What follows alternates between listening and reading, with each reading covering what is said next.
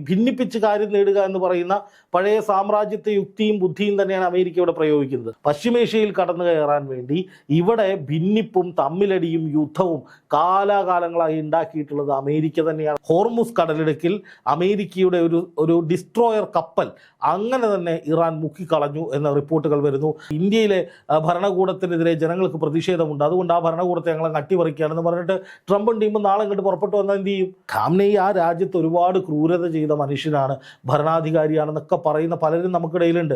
അങ്ങനെയാണെങ്കിൽ ഇസ്രായേൽ പ്രധാനമന്ത്രി Benjamin Netanyahu മോശമാണോ? 70,000 കൊച്ചു കുഞ്ഞുങ്ങളെയും സ്ത്രീകളെയും തട്ടിക്കളഞ്ഞ ക്രൂരത നടന്ന യുദ്ധത്തിന്റെ അപ്പോസ്തലനല്ലേ അയാള്?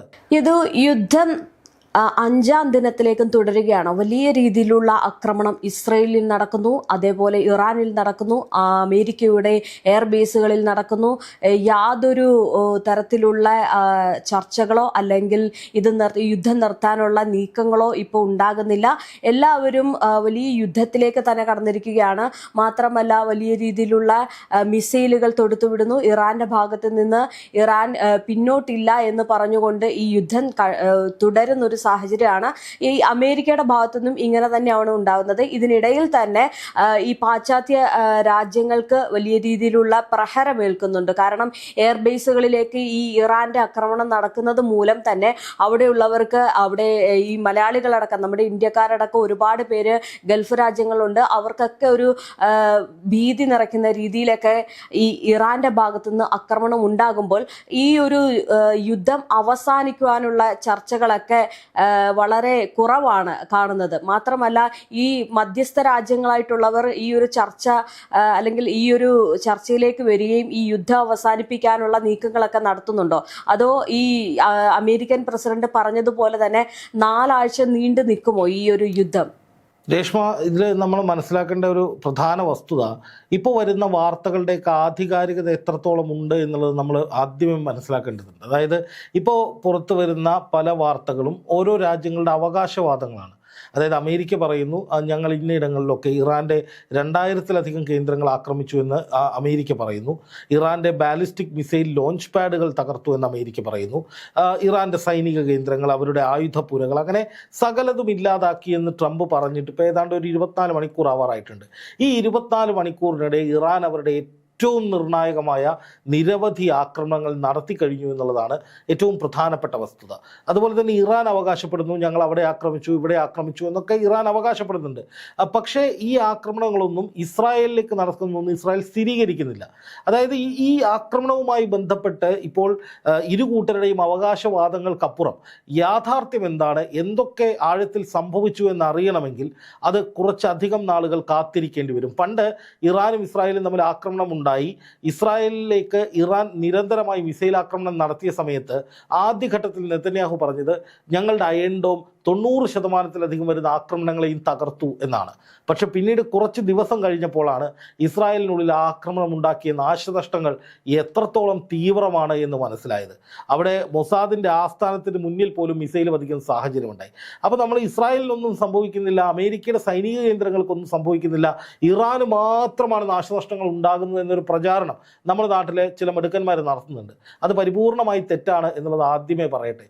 യുദ്ധമാകുമ്പോൾ രണ്ട് മേഖലകളിലും നാശനഷ്ടം ഉണ്ടാവും. അതിൻ്റെ ഏറ്റവും തീവ്രമായ അവസ്ഥയിലേക്കാണ് ഇപ്പോൾ കാര്യങ്ങൾ പോയിരിക്കുന്നത്. ഇറാൻ ഒരു ഘട്ടം കൂടി കടന്ന് ഏറ്റവും നിർണായകമായ പുതിയ ഘട്ടങ്ങളിലേക്ക് ഈ യുദ്ധത്തെ കൊണ്ടുപോവുകയാണ്.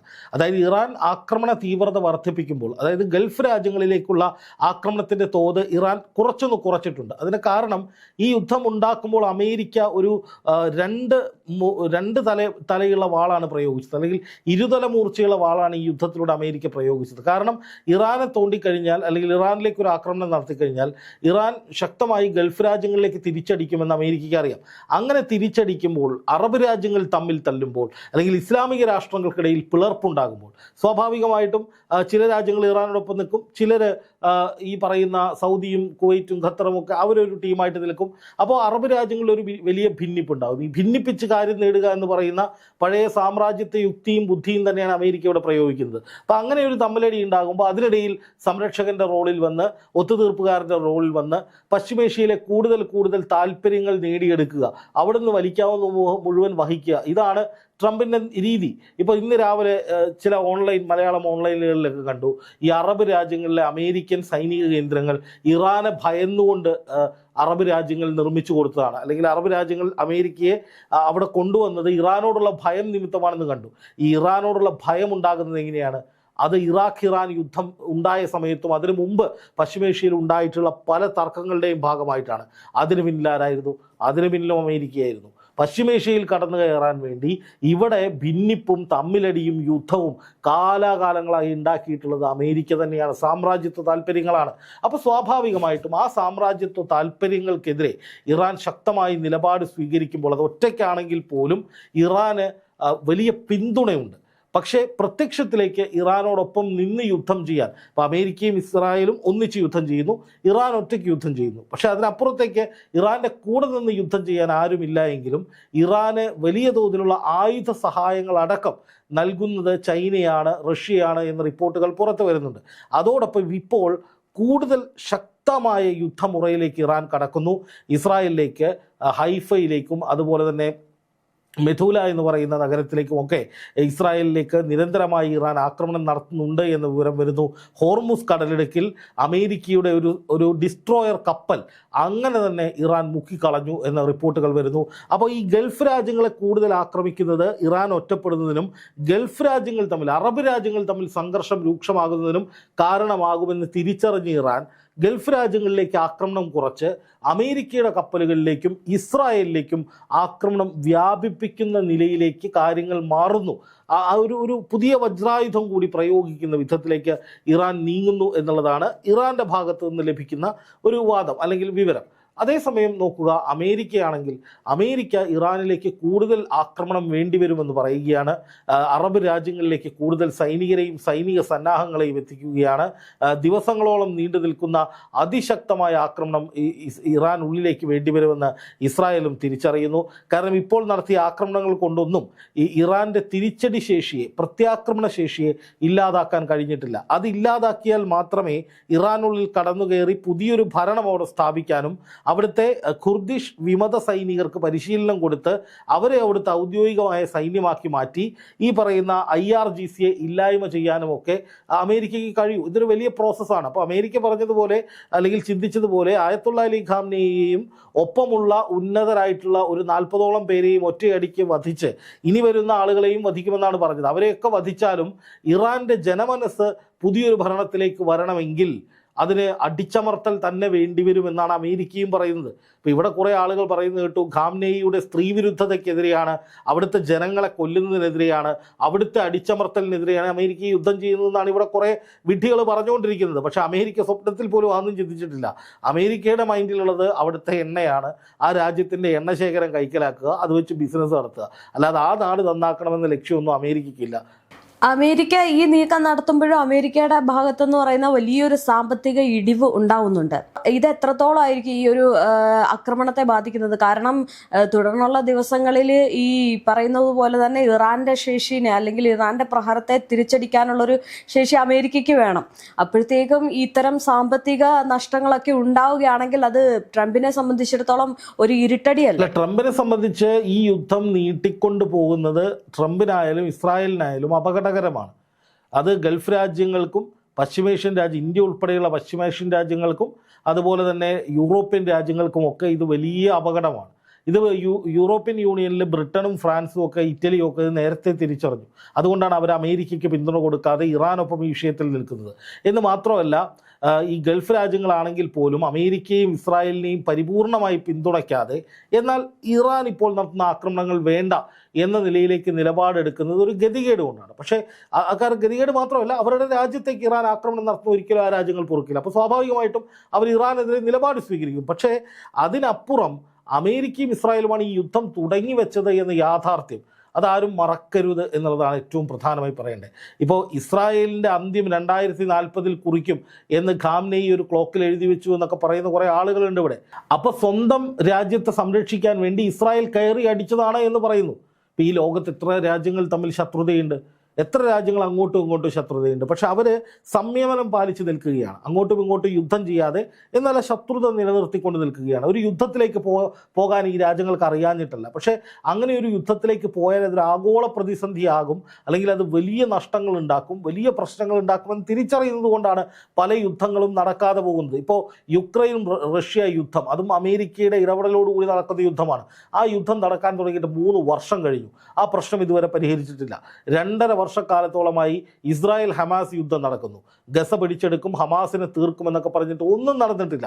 ഏറ്റവും ഒടുവിൽ ഹമാസിൻ്റെ കാരുണ്യത്തിന്, അല്ലെങ്കിൽ ഹമാസിൻ്റെ കാല് പിടിച്ചിട്ട് ബന്ദികളെ കൊണ്ടുപോകേണ്ട ദയനീയ അവസ്ഥയാണ് നെതന്യാഹുവിന് വന്നത്. ഇതൊക്കെ യാഥാർത്ഥ്യമായിട്ട് നമ്മുടെ മുന്നിലുണ്ട്. അപ്പോൾ ഇറാനിൽ ഭരണമാറ്റം കൊണ്ടുവരാനും അല്ലെങ്കിൽ അവർ ഇസ്രായേലിന് നേരെ ഉയർത്തുന്ന ഭീഷണി ഇല്ലാതാക്കാനും എന്നൊക്കെ പറഞ്ഞിട്ട് അമേരിക്ക ഇസ്രായേലും ഇറാനെ ആക്രമിക്കുന്നതിന് കാരണം അത് എണ്ണ നേടിയെടുക്കുക. ഇറാനിൽ വലിയ എണ്ണപ്പാടങ്ങളുണ്ട്, ലോകത്തെ 2ാമത്തെ എണ്ണപ്പാടങ്ങളുള്ള സ്ഥലമാണ്. അതുമാത്രമല്ല, അതിൻ്റെ ഭൂമിശാസ്ത്രപരമായി ഒരുപാട് പ്രത്യേകതകളുള്ള രാജ്യമാണ് ഇറാൻ. ട്രംപിനെ സംബന്ധിച്ച് ട്രംപിന് നല്ല റിയൽ എസ്റ്റേറ്റ് താല്പര്യങ്ങളുണ്ട് പശ്ചിമേഷ്യയിൽ. അദ്ദേഹത്തിൻ്റെ മരുമകനൊക്കെ അത്തരം കമ്പനികളുമുണ്ട്. അപ്പോൾ ഇറാനിൽ ഇൻവെസ്റ്റ് ചെയ്ത് ഇറാനിൽ നിന്ന് ഇങ്ങനെ പണം വാര്യ എന്നുള്ളതാണ് ഇവരുടെ പ്രധാനപ്പെട്ട ലക്ഷ്യം. അതിനുവേണ്ടി ഈ ഇറാനും ഇസ്രായേൽ തർക്കത്തിൻ്റെ കഥ പറയുന്നു. ഇസ്രായേൽ ആണവ ആയുധം ഇറാൻ ഉണ്ടാക്കിയെന്ന് നുണ പറയുന്നു.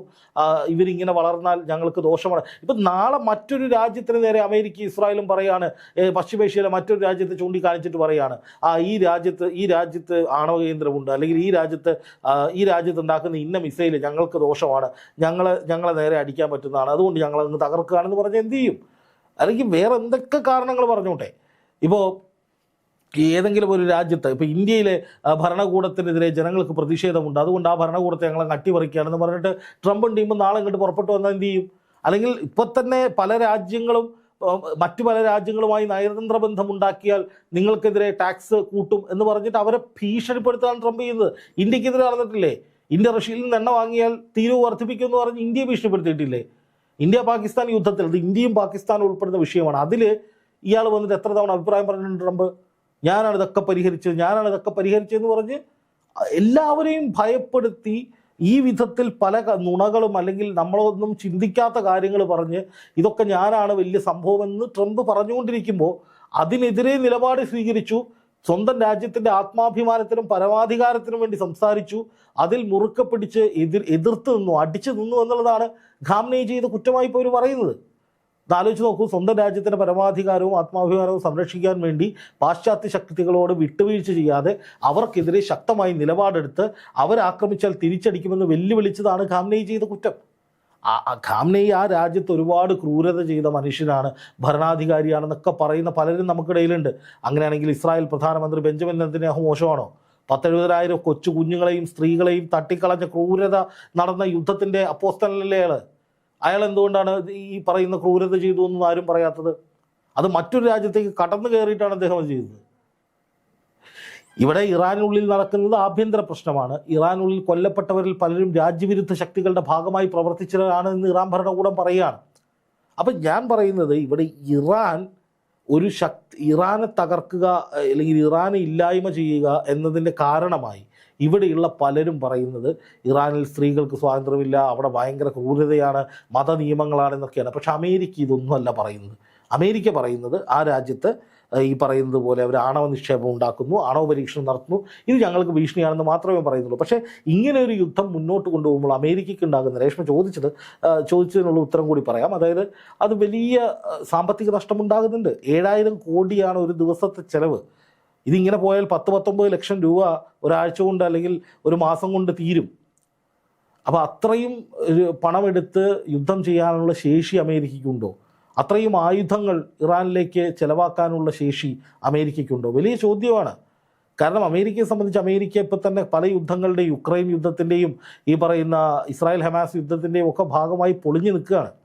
അതിൻ്റെ കൂടെ ഇതും കൂടി ഏറ്റെടുത്ത് നടത്തുമ്പോൾ പൊടുന്നനെ ഇറാനെ വരുതിയിലാക്കാമെന്നുള്ള സ്വപ്നങ്ങൾ നടക്കില്ല എന്ന് മനസ്സിലായി. ഇറാൻ പറഞ്ഞു, ചെകുത്താന്മാരോട് ഞങ്ങൾ നിരന്തരമായി യുദ്ധം ചെയ്യും, ഒരു കാരണവശാലും വിട്ടുവീഴ്ചയ്ക്കില്ല, ഞങ്ങൾ ഇനിയും യുദ്ധം അനന്തമായി തുടരുമെന്ന് അമേരിക്ക പറഞ്ഞ സ്ഥിതിക്ക് ഇറാൻ പറഞ്ഞ സ്ഥിതിക്ക് അമേരിക്ക വിചാരിക്കുന്നത് പോലെ യുദ്ധം അവസാനിപ്പിക്കാൻ പറ്റില്ല. പകരം അമേരിക്കയുടെ കപ്പലുകൾ തകരുന്നു, അമേരിക്കൻ സൈനിക കേന്ദ്രങ്ങൾ തകരുന്നു, അമേരിക്കയുടെ പോർവിമാനങ്ങൾ വെടിവെച്ചിടുന്നു, ഇസ്രായേലിലേക്ക് വലിയ ആക്രമണങ്ങൾ ഉണ്ടാകുന്നു, അമേരിക്കയുടെ പല രീതിയിലുള്ള സൈനിക നീക്കങ്ങളെയും ഇറാൻ ചെറുക്കുന്നു. അപ്പോൾ ഇറാന് നാശനഷ്ടങ്ങൾ ഉണ്ടാകുന്നു എന്നുള്ളത് ശരിയാണ്. പക്ഷേ ട്രംപും ഇസ്രായേലും ഒക്കെ പറയുന്ന പോലെ പരിപൂർണമായി ഇറാനെ നശിപ്പിച്ചു എന്നുള്ളത് വെറും കെട്ടുകഥ മാത്രമാണ്. കാരണം ഇപ്പോഴും ഇറാൻ ആക്രമണം, ഈ മണിക്കൂറിലും ഇറാൻ ആക്രമണങ്ങൾ നടത്തിക്കൊണ്ടിരിക്കുകയാണ്. അപ്പോൾ അമേരിക്കയുടെയും ഇറാൻ്റെയും ഒക്കെ കണക്കുകൂട്ടലുകൾ തുടർച്ചയായി ഇറാൻ തെറ്റിക്കുന്നു എന്നുള്ളതാണ് അവർക്ക് ഏറ്റവും വലിയ വെല്ലുവിളിയായി മാറുന്നത്. ഇറാനെ സംബന്ധിച്ചിടത്തോളം പിന്നോട്ടില്ല എന്നുള്ളൊരു കാര്യം നേരത്തെ, അതായത് ഈ അയത്തുള്ള അലി ഖമീനി മരിക്കുന്നതിന് മുമ്പേ പറഞ്ഞ്, അതായത് ഇത്തരം നിങ്ങൾ ഈ യുദ്ധം തുടങ്ങി വെച്ചോളൂ, അവസാനിപ്പിക്കുന്നത് ഞങ്ങളായിരിക്കും എന്നുള്ള രീതിയിൽ. അപ്പോൾ അതേ ആ ഒരു ഉറപ്പ് തന്നെയാണ് നിലവിൽ ഇപ്പോൾ ഇറാൻ സ്വീകരിക്കുന്നതും ഇറാൻ വലിയ രീതിയിലുള്ള ആക്രമണം നടത്തുന്നതും. ഈ ആക്രമണം നടത്തുമ്പോഴും ഏതെങ്കിലും തരത്തിൽ ഇറാന്റെ ഭാഗത്തു നിന്നൊരു സമവായത്തിലെത്താം അല്ലെങ്കിൽ ചർച്ചയ്ക്ക് എത്താം എന്നുള്ള രീതിയിലേക്ക് നീക്കങ്ങൾ ഉണ്ടായിട്ടുണ്ട്. സ്വാഭാവികമായും ഇറാൻ ഭയക്കുന്നുണ്ടെങ്കിൽ ഇപ്പോൾ ട്രംപും ഇസ്രായേലും ഇപ്പോൾ ഇവിടെയുള്ള കുറേ ആളുകളും ഒക്കെ പറയുന്നത് പോലെ ഇറാൻ ഭയന്ന് വിറച്ച് കേണ് വീണ് ചത്തുപോയിക്കൊണ്ടിരിക്കുന്ന രാജ്യമാണെങ്കിൽ അവർക്ക് ഒരു ഒത്തുതീർപ്പിലെത്താൻ ശ്രമിക്കാം. കാരണം അവിടുത്തെ ഭരണാധികാരികൾക്ക് ഭരിക്കാനാണ് ഇഷ്ടമെങ്കിൽ അവർക്ക് അമേരിക്കയോട് വഴിപ്പെട്ടാൽ മതിയായിരുന്നു. ആ ഭരണകൂടം കൂടെ തുടർന്നേനെ, അമേരിക്ക എല്ലാ സപ്പോർട്ടും കൊടുത്തേനെ. പകരം അമേരിക്ക പറയുന്നത് കേട്ടാൽ മതിയായിരുന്നു. രാജ്യത്തിൻ്റെ പരമാധികാരം, ആത്മാഭിമാനം, അതിൻ്റെ റിപ്പബ്ലിക് സ്വഭാവം, അത്തരം കാര്യങ്ങളൊന്നും ഓർക്കാതെ ഇപ്പോൾ ഖാംനെയി ഭരണകൂടത്തിന് അവിടെ തുടരണം എന്ന് തീരുമാനിക്കുകയായിരുന്നെങ്കിൽ ഭംഗിയായിട്ട് അവിടെ തുടരായിരുന്നു. എല്ലാവിധ സംവിധാനങ്ങളോടും കൂടി തുടരാമായിരുന്നു. അമേരിക്കയുമായി തോളത്ത് കൈയിട്ട് അങ്ങനെ പോകാമായിരുന്നു. അതുകൊണ്ടാണ് ഈ ആ ഒരു ഒറ്റ കാരണം കൊണ്ടാണ് ഇപ്പം ഗൾഫ് രാജ്യങ്ങളിലേക്കൊക്കെ ആണെങ്കിലും ഈ യുദ്ധം അല്ലെങ്കിൽ ആക്രമണം നടത്തുന്നു. അതേപോലെ തന്നെ ഹോർമുസ് കടലിടുക്കുകളിലെ കപ്പലുകൾക്ക് അതായത് കപ്പലുകൾ കടത്തിവിടാതെ അതിനെതിരെ ഒരു ആക്രമണം നടത്തുന്ന രീതിയൊക്കെ, ഈ ആക്രമണമൊക്കെ നടത്തുന്നത് ഒരു പക്ഷേ ഉപരോധത്തിൽ ആക്കാൻ വേണ്ടിയിട്ടാണ്. ഇതിൽ ഈ പറയുന്ന ഇറാൻ്റെ ഇപ്പോഴത്തെ രീതി എന്ന് പറയുന്നത്, ഇറാനെ സംബന്ധിച്ച് സുഖമായി മുന്നോട്ട് പോകാനുള്ള സാഹചര്യം വേണ്ട എന്ന് വെച്ച് ആ രാജ്യത്തിൻ്റെ പരമാധികാരത്തിനും ആത്മാഭിമാനത്തിനും വേണ്ടി നിലകൊണ്ടവരാണവർ. അതിലൊരു സംശയവുമില്ല. അപ്പോൾ അതാണ് അമേരിക്കയെ വലിയ തോതിൽ ചൊടിപ്പിച്ചത്. അപ്പോൾ അതിൻ്റെ ഭാഗമായിട്ട് വലിയ തോതിലുള്ള തിരിച്ചടി അമേരിക്ക ഇറാന് നടത്തിയിട്ടുണ്ട്. വലിയ നാശനഷ്ടങ്ങൾ ഉണ്ടായിട്ടുണ്ട്. പക്ഷെ അതേസമയം ആ നാശനഷ്ടങ്ങളെ അതിജീവിച്ചുകൊണ്ട് തിരിച്ച് പ്രത്യാക്രമണം നടത്തുന്നത് ഇറാൻ 5-ാം ദിവസവും തുടരുകയാണ്. ഓരോ ദിവസവും പുതിയ പുതിയ ആയുധങ്ങൾ അവർ ഇൻട്രൊഡ്യൂസ് ചെയ്യുന്നുണ്ട്. കഴിഞ്ഞ ദിവസമാണ് ഫത്ത 1, ഫത്ത 2 എന്നൊക്കെ പറയുന്ന ഈ ഡിസ്ട്രോയറുകൾക്കോ അയൺ ഡോമിനോ ഒന്നും കണ്ടെത്താൻ കഴിയാത്ത, അല്ലെങ്കിൽ അതിനെയൊക്കെ തന്ത്രപരമായി വെട്ടിച്ച് കടന്നു പോകാൻ കഴിയുന്ന അത്യാധുനികമായ മിസൈലുകൾ ഉപയോഗിച്ച് ഇസ്രായേലിനുള്ളിൽ ഇവർ വലിയ സ്ഫോടനം നടത്തിയത്. 500 കിലോഗ്രാം സ്ഫോടക വസ്തുക്കൾ ഒരു മിസൈൽ വഹിച്ച് ഇസ്രായേലിലെ ഒരു ഭൂഗർഭ കേന്ദ്രത്തിൽ കൊണ്ടിട്ട് 9 പേരാണ് അവിടെ കൊല്ലപ്പെട്ടത്. അതിനുശേഷം കർശനമായ സെൻസർഷിപ്പാണ് ഇസ്രായേലിൽ നടക്കുന്നത്. അതുകൊണ്ട് അവിടെ എന്താണ് സംഭവിക്കുന്നതെന്ന് കൃത്യമായി നമുക്ക് അറിയാൻ കഴിയില്ല. അതുകൊണ്ടാണ് ഇസ്രായേലിലെ നാശനഷ്ടങ്ങളെക്കുറിച്ച് ഒരു വാർത്തയും എവിടെയും വരാത്തത്. അതുകൊണ്ട് മാത്രമാണ്, അല്ലാതെ ആക്രമണം നടക്കുന്നില്ല എന്നല്ല അതിൻ്റെ അർത്ഥം.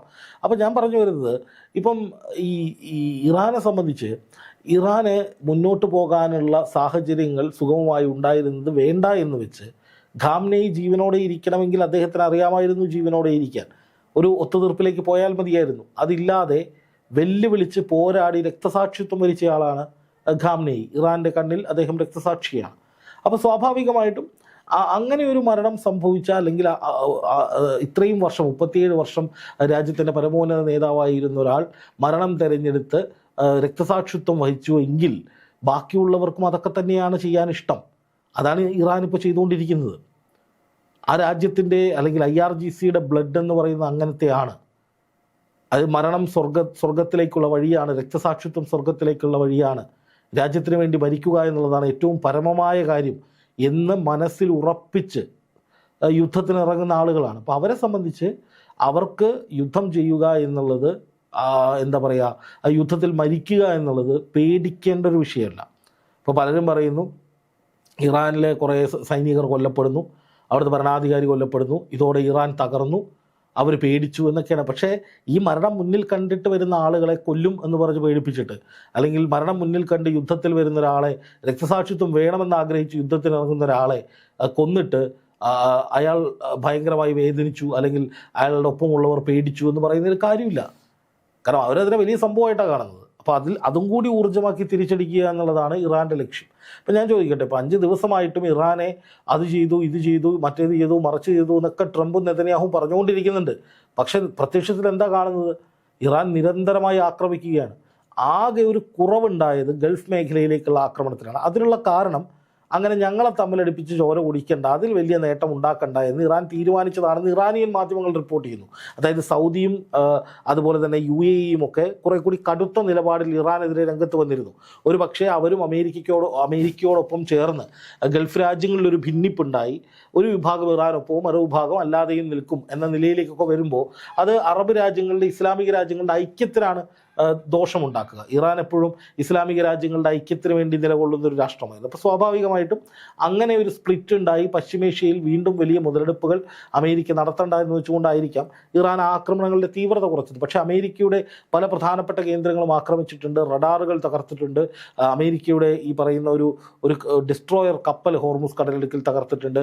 അതുപോലെ തന്നെ ഈ USS എബ്രഹാം ലിങ്കൺ കപ്പൽ എവിടെയാണ് എന്നതിനെക്കുറിച്ച് വലിയ അവ്യക്തതകളുണ്ട്. ആ കപ്പൽ തകർത്തോ മുക്കിയോ അതോ തിരിച്ചുപോയോ തുടങ്ങിയ കാര്യങ്ങളിൽ വലിയ അവ്യക്തതയുണ്ട്. കാരണം ട്രംപും കഴിഞ്ഞ കുറച്ച് മണിക്കൂറുകളായി ആ കപ്പലിനെ കുറിച്ച് പറയുന്നില്ല. ആ കപ്പലിൽ നിന്ന് എന്തെങ്കിലും ആക്രമണങ്ങൾ ഇറാനിലേക്ക് ഉണ്ടായതായി അറിയുന്നില്ല. അപ്പോൾ ആ കപ്പലിൻ്റെ സാധ്യത എന്താണ്, എവിടെയാണ് എന്നത് സംബന്ധിച്ചും വലിയ സംശയങ്ങളുണ്ട്. അപ്പോൾ ഇറാൻ ശക്തമായി തങ്ങളുടെ കഴിവുള്ളിടത്തോളം കാലം കടുത്ത ആക്രമണങ്ങൾ നടത്തുക എന്ന നയത്തിൽ തന്നെയാണ്, ആ രീതിയിൽ തന്നെയാണ് അവരുടെ ആക്രമണങ്ങൾ പുരോഗമിക്കുന്നത്.